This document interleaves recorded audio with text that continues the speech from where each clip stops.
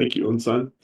And I'm happy to share the Dharma with you tonight. And so um, I've been thinking a little bit lately, where is nirvana? Where is heaven? Where is hell? Where do I go when I die? And so I decided, you know what? Let's look at this from a traditional version of Buddhist teachings and then apply it in our Zen understanding. So, in traditional Buddhist teachings, we know there are 6 realms of samsara, and these are often presented as a literal cosmology of rebirth. So, to help this come true to what I'm talking about here, and you've probably heard of it this way: there's the hell realm, there's the hungry ghost realm, there's the animal realm, there's the human realm, the Asura or demigod realm, and then there's the God realm. And the historical Buddha taught about rebirths in all of these um, as a possibility for how a person can be reborn. In our practice, in our Zen practice, we approach these more as a profound psychological and existential roadmap. These realms, the hell realm, the hungry ghost realm, the animal realm, etc., they describe specific states of mind that we cycle through continually in our present lives, sometimes experiencing all 6 before breakfast.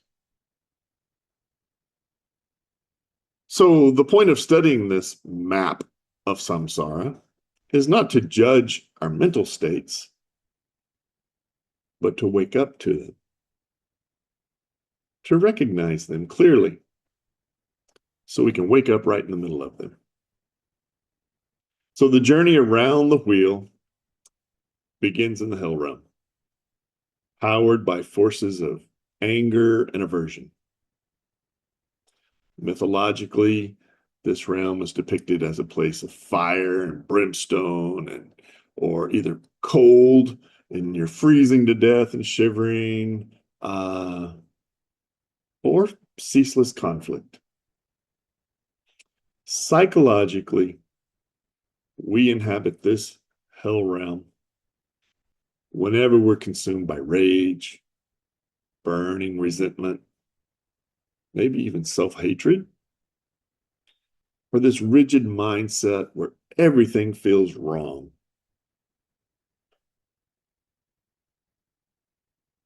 Our practice pointer in this painful state of existence is to notice, to be aware.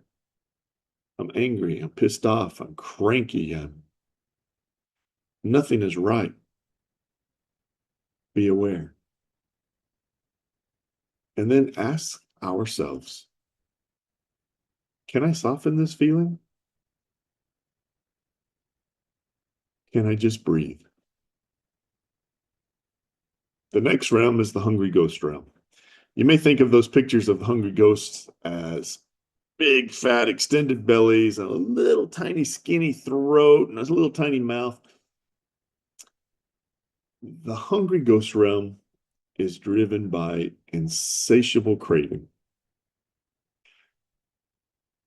The mythic images of this extended belly ghost never can be satisfied means that their desires can never be filled. They're always hungry for more.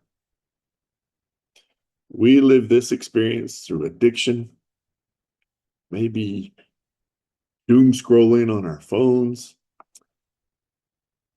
emotional dependency, and this chronic sense of, I never have enough, chronic craving. When caught in this cycle, we have to stop and ask ourselves, what are we truly trying to fill? And then investigate internally. What's that empty feeling? What is it that feels empty that we're trying to satisfy? When we encounter the animal realm, this is characterized by habit, fear, instinct. Mythologically, it's the world of beings driven entirely by survival. Psychologically, it represents when we are on autopilot. We enter into this animal realm when we seek comfort at all costs. We avoid looking at our patterns and resist change out of fear. To break this spell of this dull routine, we must bring out the curiosity of our lives. We must be curious about our habits, remembering that a single mindful breath can disrupt a lifetime of conditioning. And then there are the three higher realms of existence. The human realm, that's the desire and opportunity. A mixed, messy landscape of pleasure and pain. This is a precious realm of workable experience. This is the realm where we can truly awaken. And then there's the Asura realm, or this demigod realm, and it is always this realm of competition and jealousy. The mind of the warrior gods, obsessed with comparison, insecurity, and spiritual one-upmanship. We practice here by dropping the scoreboard and rejoicing in the success of others. And finally, there's the God realm, that bliss and complacency realm, that state of high success, comfort, or temporary meditative bliss. My practice is good. I feel peace. I'm at one with the world. And then we become complacent. We lose the urge to practice. We forget that comfort is not liberation. This constant movement in our every single day life. We move through these realms of existence, but they're not a linear hierarchy. We don't always start at this hell realm. We don't always finish in the God realm. Sometimes we spend most of our day right there in the human realm where we actually are. And then sometimes we're jealous and we move to that Asura realm. Sometimes we're just angry, move back to that animal realm. We cycle through these. But it is that greed, hatred, delusion, ignorance, craving, aversion, however you want to call it. It's those three poisons that keep us rotating through these six realms of existence. But the most beautiful part of seeing these realms as they really are is seeing how the historical Buddha was depicted in each of them. And it gives us a key to liberation, a key to how we get out of that realm. So traditionally, the historical Buddha in the hell realm, he offers the cooling water of compassion, because it's compassion that gets us out of the hell realm. In the hungry ghost realm, he offers the true nourishment of presence. When we are truly present, when we are aware of the craving that keeps us cycling through that realm, we learn how to get out of it.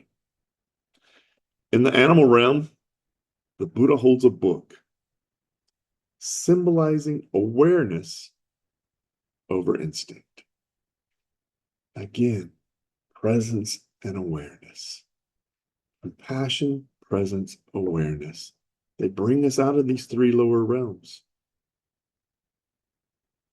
In the human realm, the Buddha provides teachings and encouragement to practice, because it's in the human realm where we can truly awaken.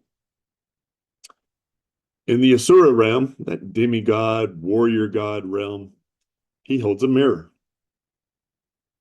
forcing self-recognition over compassion, over comparison, I mean. Hold up the mirror. What does it reflect? In the God realm, he offers the reminder of impermanence to cut through this complacency. Impermanence. I want to always be comfortable. Recognize it. Embrace it. We do not escape these psychological states by using brute force or by wishing our minds were different. We free ourselves simply by waking up within them. We can choose to gently notice when the realm we are visiting today is occurring. Recognition. Being aware. So whenever you've happened to find yourself on this wheel of samsara, the Dharma's already there, waiting to be discovered.